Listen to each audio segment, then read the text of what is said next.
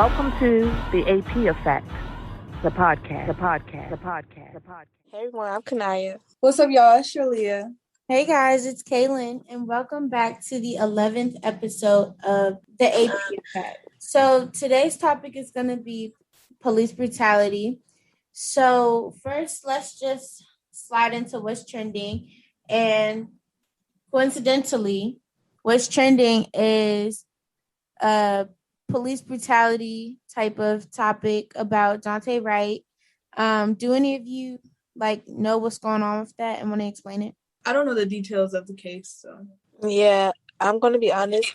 I know that he got murdered. The officer thought that it was a taser when it was a whole Glock.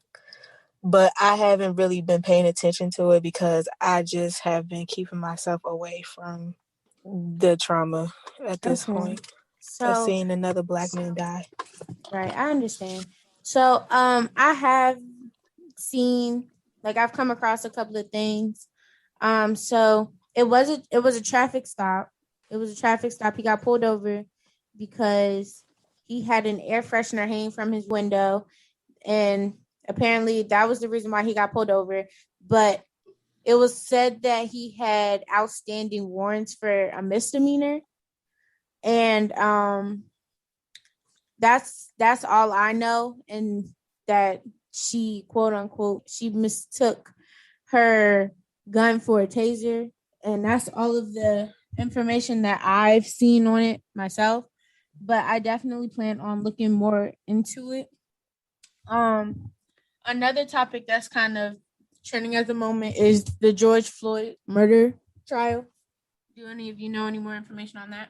I'm not really up to date with the case. I'm not sure if anything has happened since they had the police chief on trial. Mm-hmm.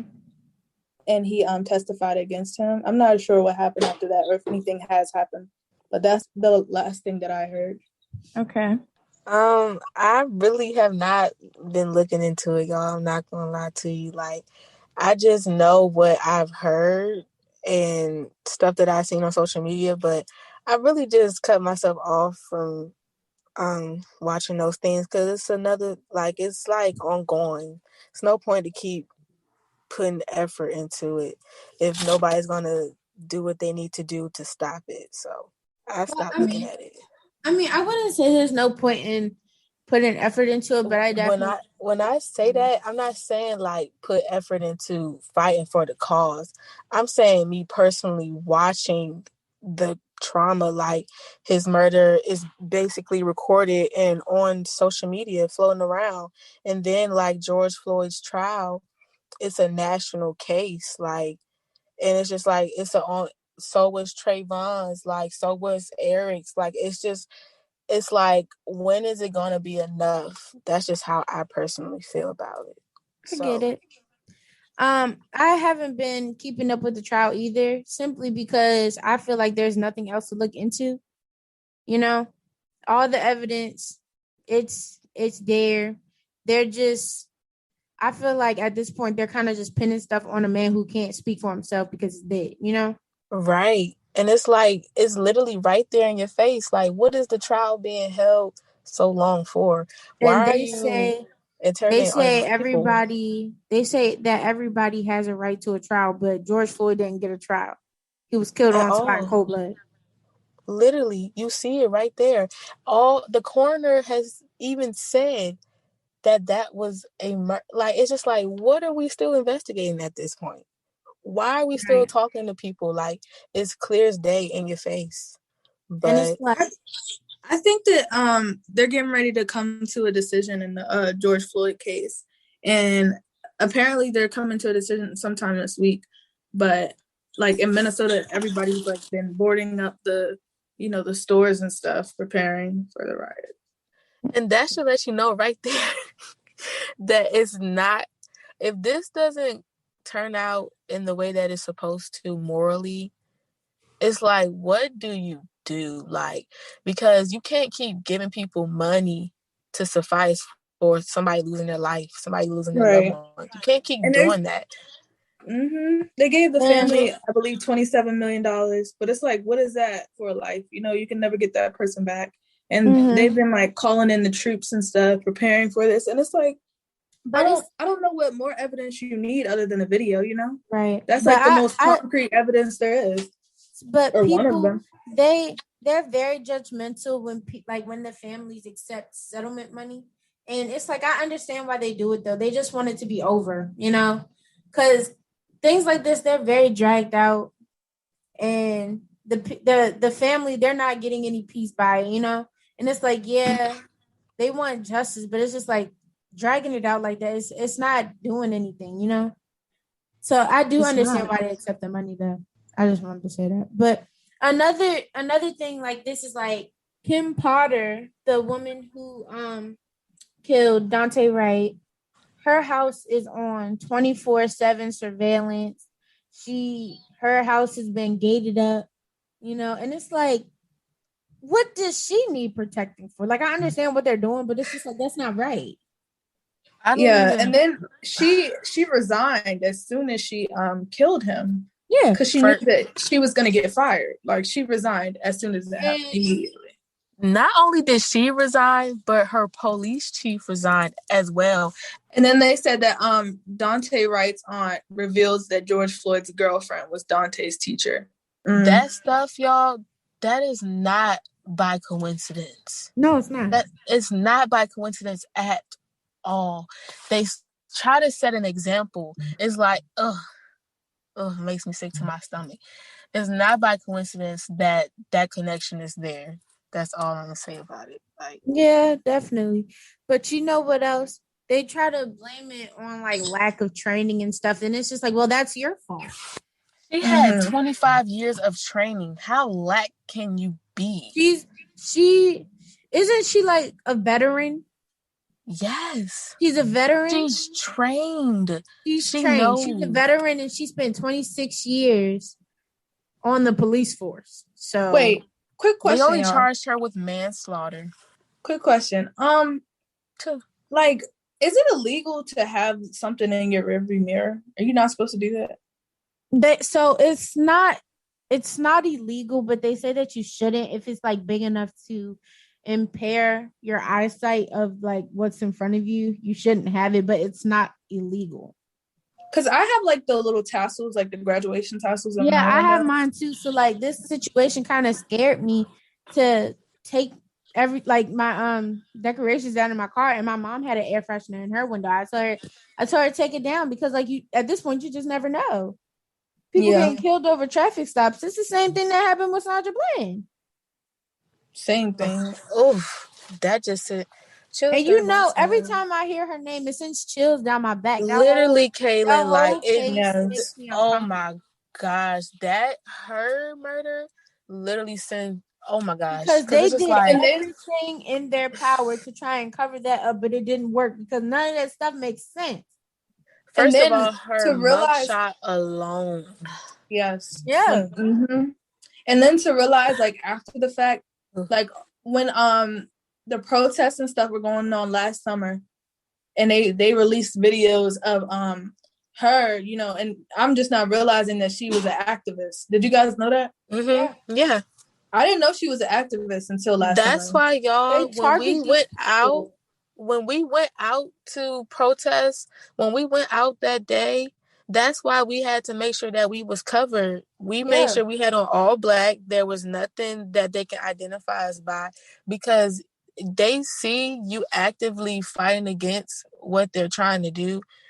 They're not gonna just let you do it. Like, and that's what I feel like with this whole police brutality stuff and, you know, reform. There is no reform. The whole thing needs to be torn down. It needs to be reestablished. It just needs to everything needs to be completely wiped away. Like, literally. Because it's just like, you can't reform that when it's blatantly in your face. How more disrespectful can you be? You're putting the death on display constantly, time after time after time. And then you're giving these people the slap on the wrist. Yeah.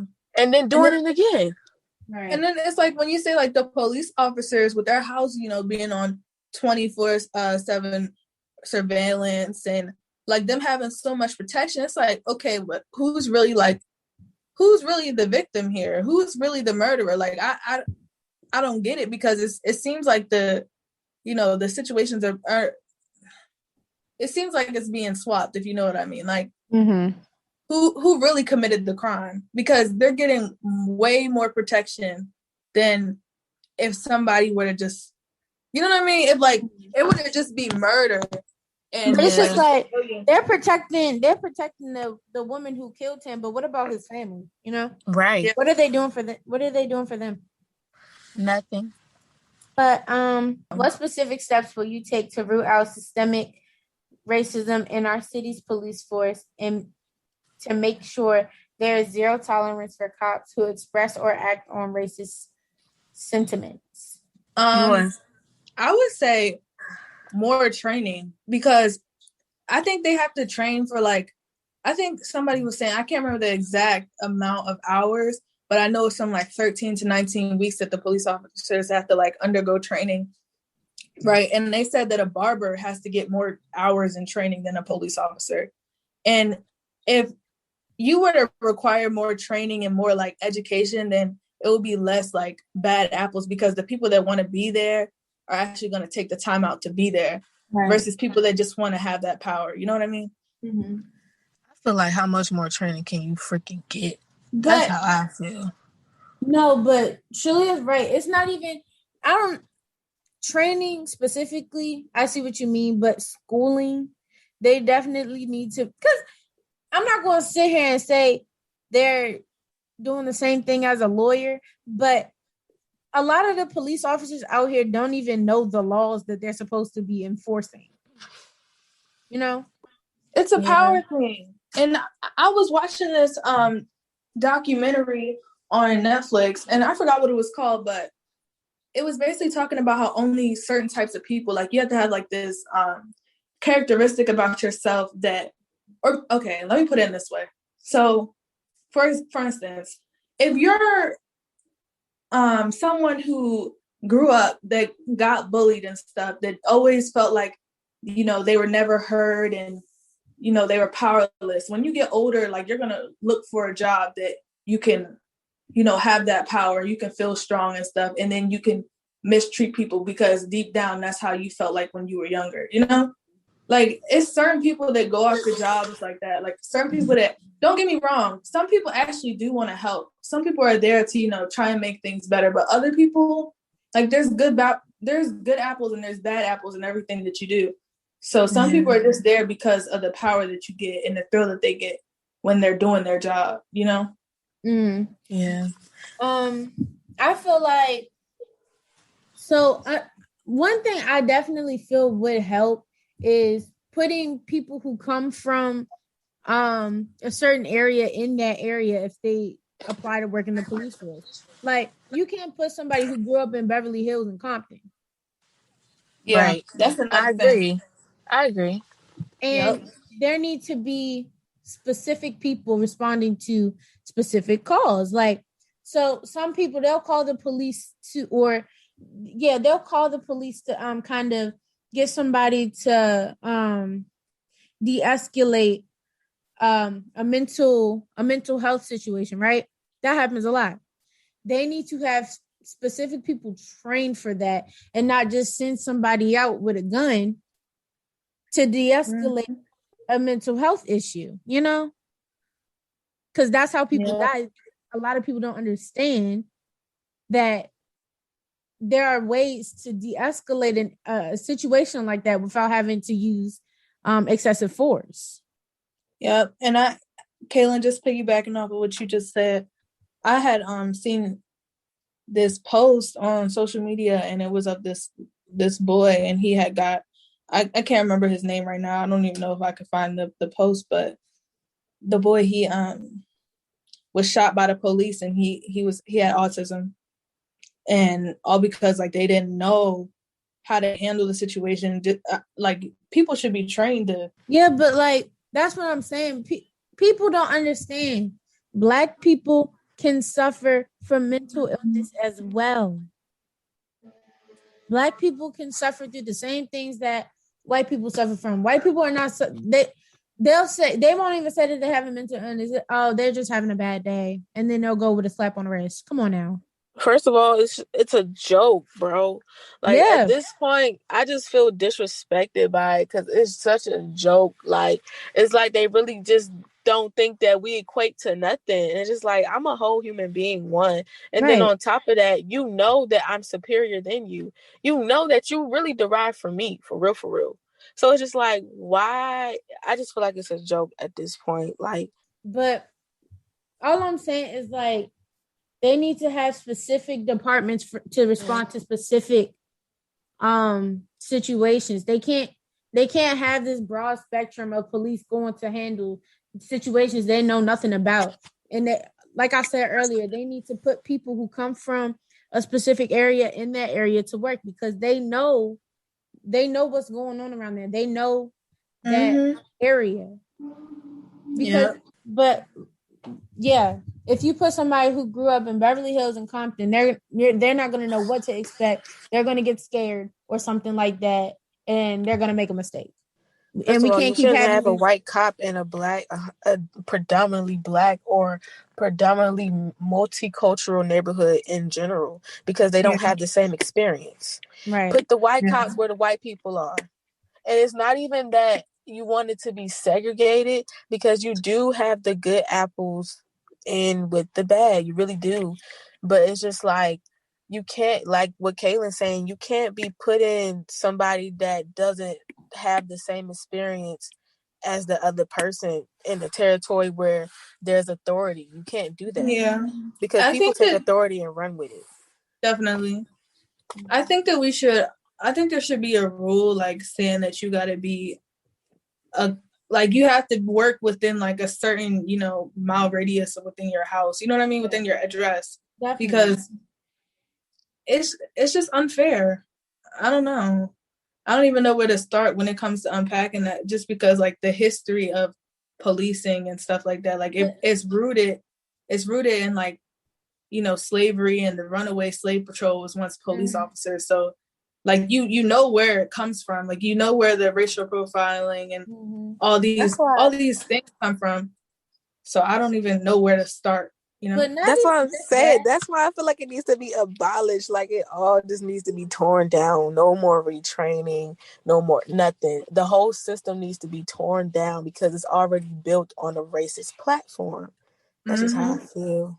And it's all just rigged. Like, if you guys get a chance, please check out this this video on YouTube. It's called "How Can We Win" by Kimberly. I believe her last name is Jones, but I'm not sure.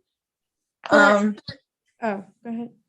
But yeah, like, she just talks about how, like, it's basically all rigged for us to, fail, but, like, not so much fail, but, like, when we do see progress, it's like, it's slowly but surely, Yeah. And I don't know, like, and she was talking about, like, with the Constitution and stuff, because, this law for the law of the land was made when we were still enslaved. So, like, you literally had to make amendments to the law for us to even, exist. So it's like, I don't even know where to start. Like, can I say, like, you really have to get rid of the whole thing, because we're really the only country that still has, laws from like 400 years ago. Because other countries understand that times change, things change, and along with it, you have to change the laws. But we haven't done that. So that's why we have so many problems now. Yeah.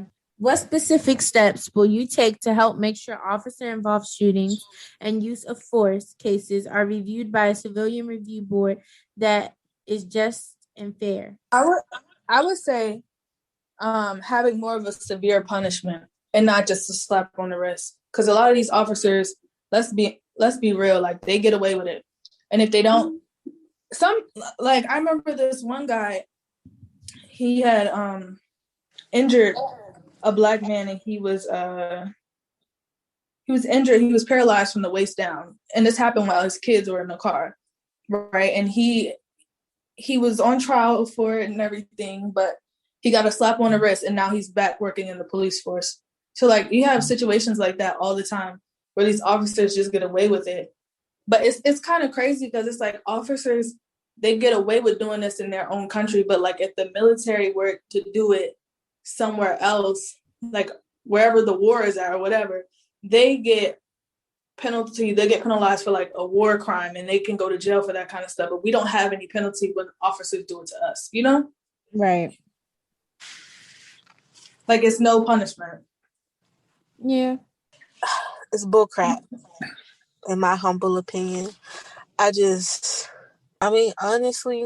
I feel like the most that I can do is, even though I really feel like social media has wreaked havoc on it, because just like I feel like I'm seeing a new Black person being slain every day, and it's just like, if it was to be a situation and I see an officer like doing too much, it's like something for me personally would want to intervene, but it's just like I know that it's like you can't be a one-man band when it comes to this thing. Like everybody has to be on somewhat of a same page, because they are people just like us. They just have a badge.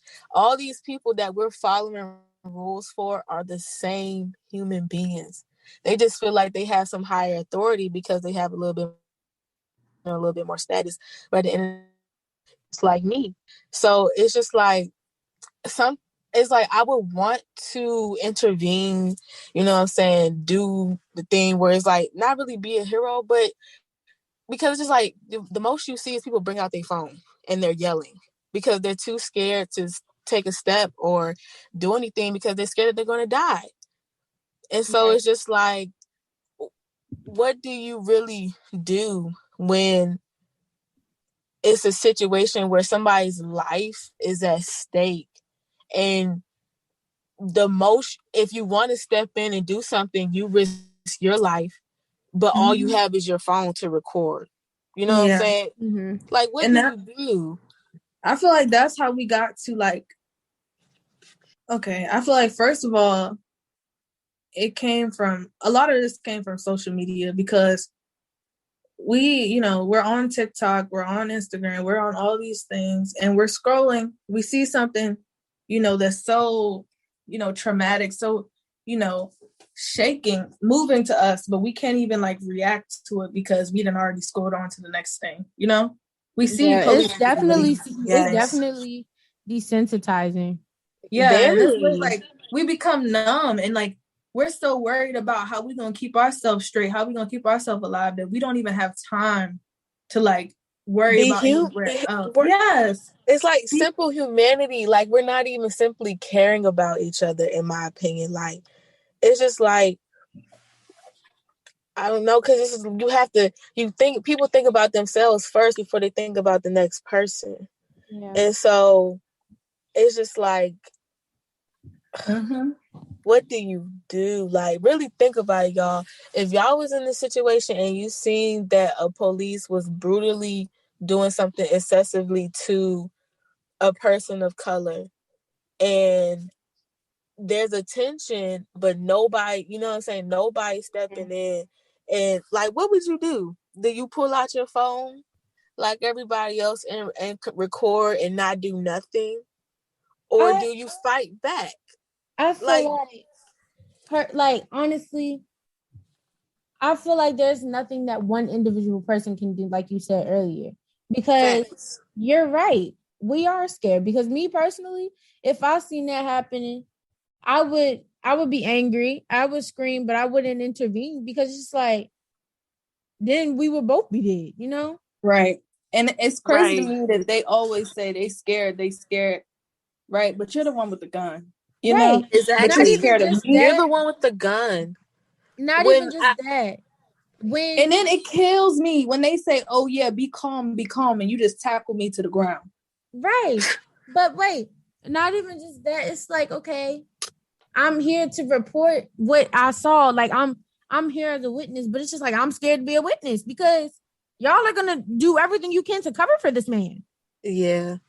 Y'all are gonna take what I say and scrub it from the record, because y'all are trying to keep a clean face for y'all, for the department. I just feel like if people, and this is why I just feel like I'm just kind of desensitized and like fed up with it, because it's just like, when is enough enough? When do you feel like, okay, you cannot kill this person in front of me? When is it just like, maybe if we all, and it's just like, because people, and this is how I feel about it. You can't be afraid of dying when it comes to this, and this is like revolutionary, because we can't keep letting ourselves die in front of the media. That is disrespectful. It's disrespectful, especially when this is ours to begin with. You can't, so it's just like, it's inevitable that lives are going to be lost. Like, that's inevitable. And I know everybody is not brave enough to withstand that consequence, right? But it's just like, if everybody do their part in making an effort to fighting back, because that's really what you have to do. Because it's just like, at this point, you can go and be a lawyer and you can do the right thing and fight for, the right causes and stuff like that. But at the end of the day, it's always a white man behind the paper. So it's just like, when is enough enough? That's just how I feel. That's why I'm just so numb to it. And I just like, when it comes to the topic, it's just like, again, because it's just like, when is enough enough? When are we going to be tired? Yeah. When are we going to be tired? Where are these people's humanity at? Like, I really don't get it. Like, how could you take a job that deep? You know what I mean? Like, that serious, that you're willing to kneel on somebody's neck for a fake $20 bill. Like, what? And it wasn't even fake. It was real. It's not even funny. It's just like, it was real, but like, it's, oh my gosh, y'all, hate is such a scary thing. Yes. It's so scary. But wait, I just want to ask one question about that. But the cashier, where is he at in all of this? He, she, whoever. I haven't heard of where that are cashier. they at in all of this? Because we don't even know the gender. That's how you know. We don't. But you know what? There has to be some type of procedure towards where it didn't have to escalate to that. There are money markers that let you know if money is real or not. If you don't know how to check a bill to see if it's real, then... And you're in retail, if you hold the bill up to the light and you see... It'll be another face. It'll be another face flashing on the other side of the bill. But there are money markers that let you know if money is real or not. And I'm sure that if you are handed counterfeit money, you are supposed to call your manager, and your manager is supposed to be checking, because they should be a professional in checking money.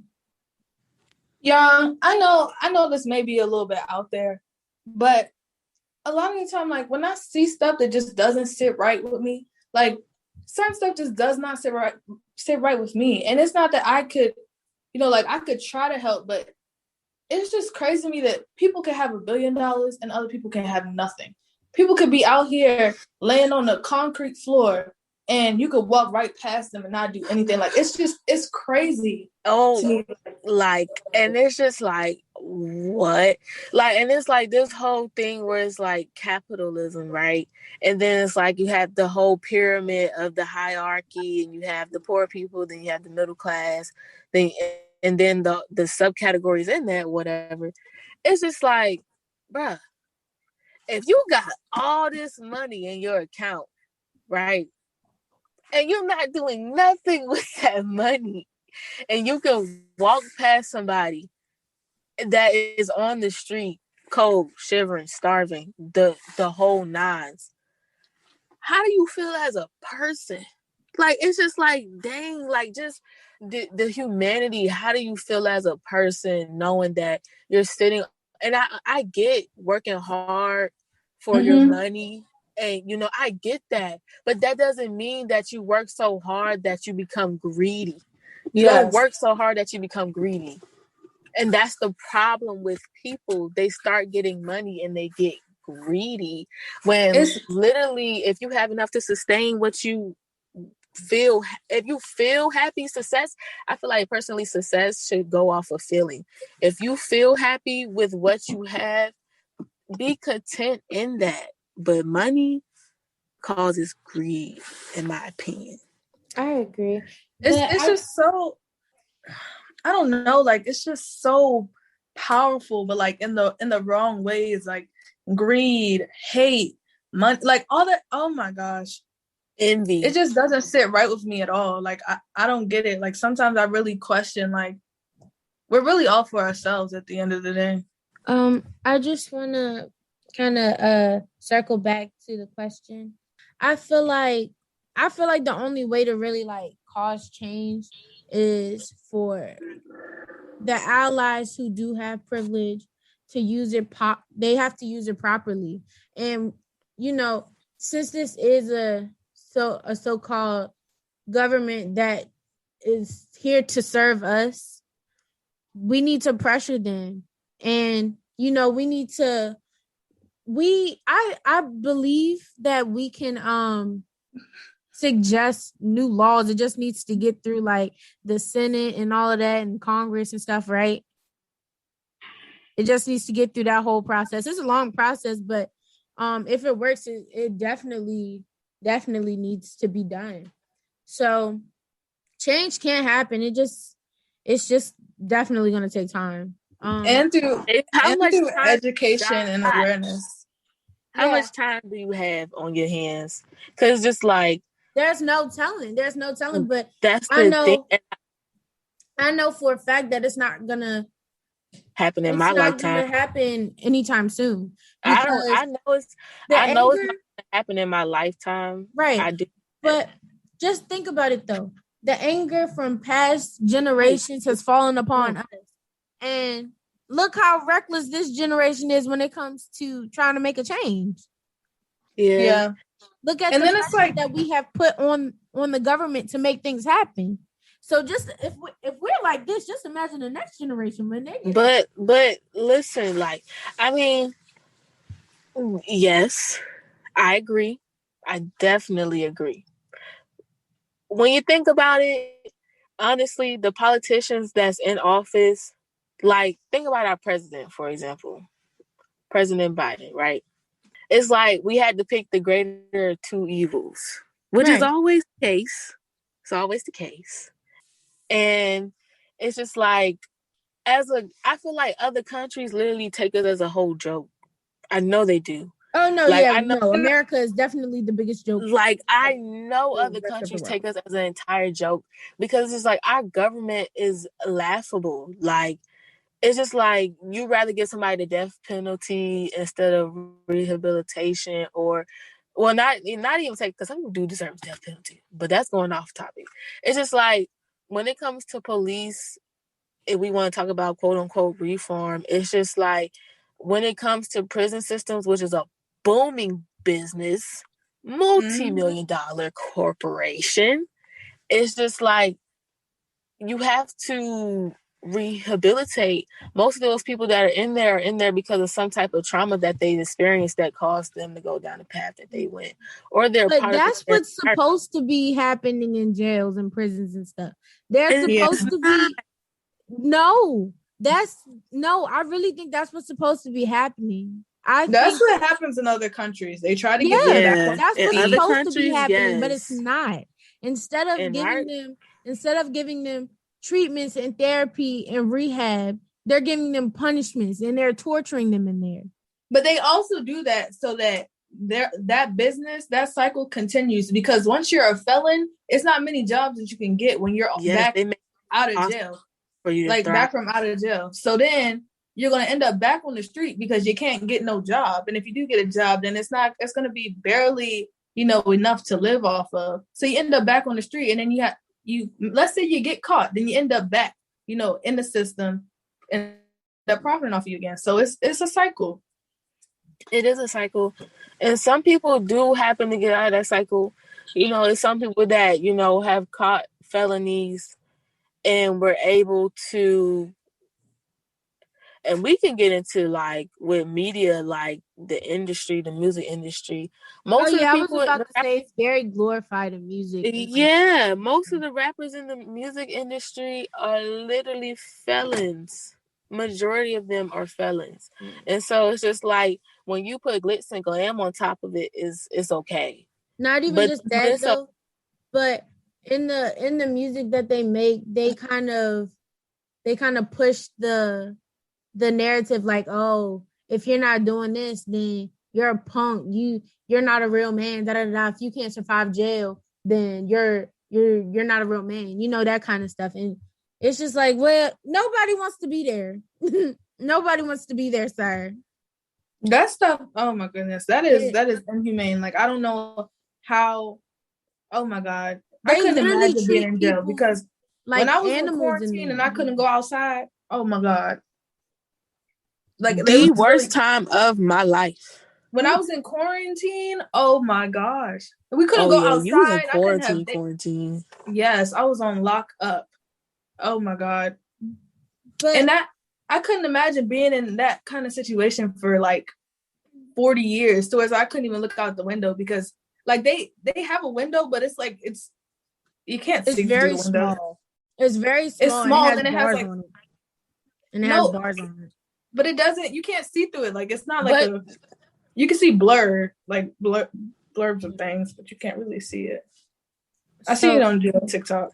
Even with what Shalene was saying about being on lockdown, you was locked down in the comfortability of having stuff that, you know what I'm saying? These people be in a whole cement block for 23 hours of the god freaking day, right?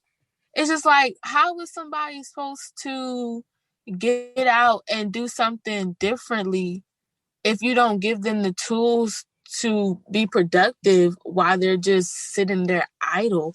An idle mind is the devil's playground, in my humble opinion. And then it's like, how do you lock somebody up like that without their mental health going, downhill? You can't do that because when people's mental health starts to go downhill, what do they resort to? Drugs. Literally. And that plays a role in the cycle that we was just talking about. But it does.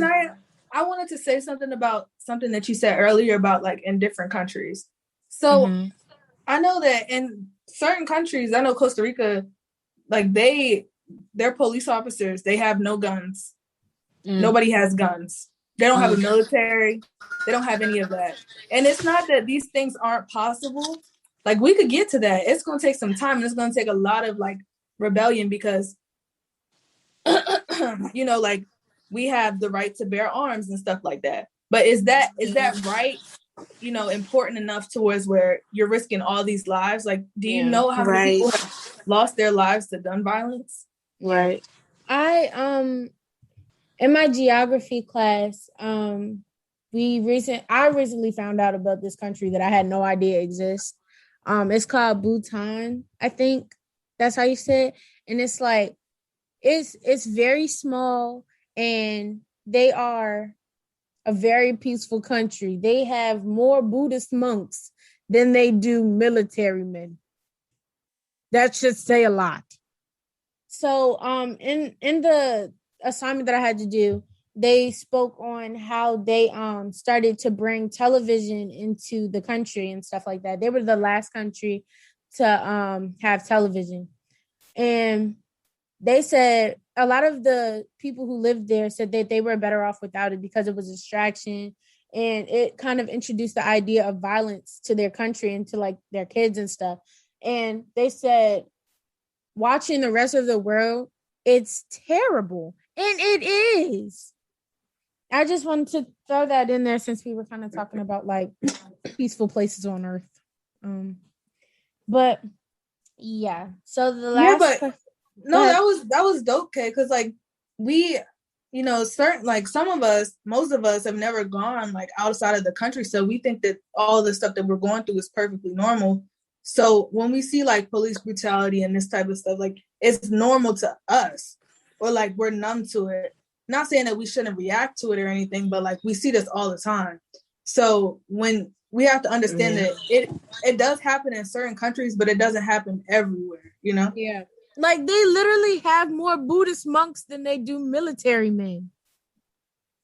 And that's why it's like I've come like content in the fact that, and it's like I seen this thing on Twitter where it was like, I mean, instead of moving to a different country, why don't you just fix the problems in your own?